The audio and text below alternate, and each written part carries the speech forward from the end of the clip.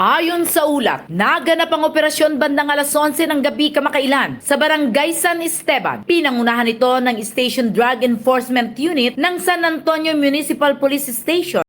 DTX Coffee Mix. Himo sa natural nga sangka pareho sang amarkuso, chia seeds, sugared cane extract powder. DTX Coffee Mix. Nakakapi ka na, naka-detox ka pa.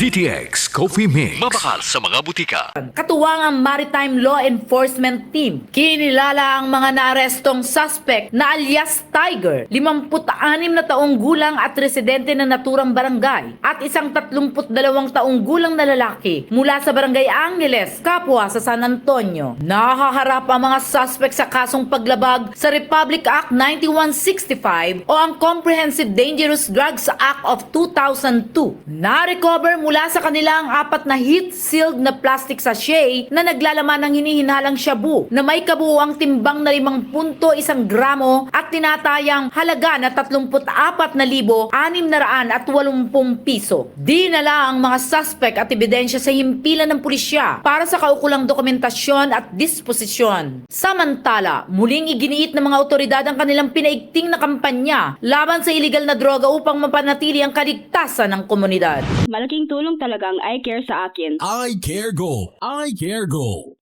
Balita mula sa Zambales, Central Luzon. Aileen Cuevas Sanchez para sa Kampiyon na Himpilan. Kampiyon sa balita, serbisyo publiko at kasiyahan sa buong Pilipinas. K5 News FM.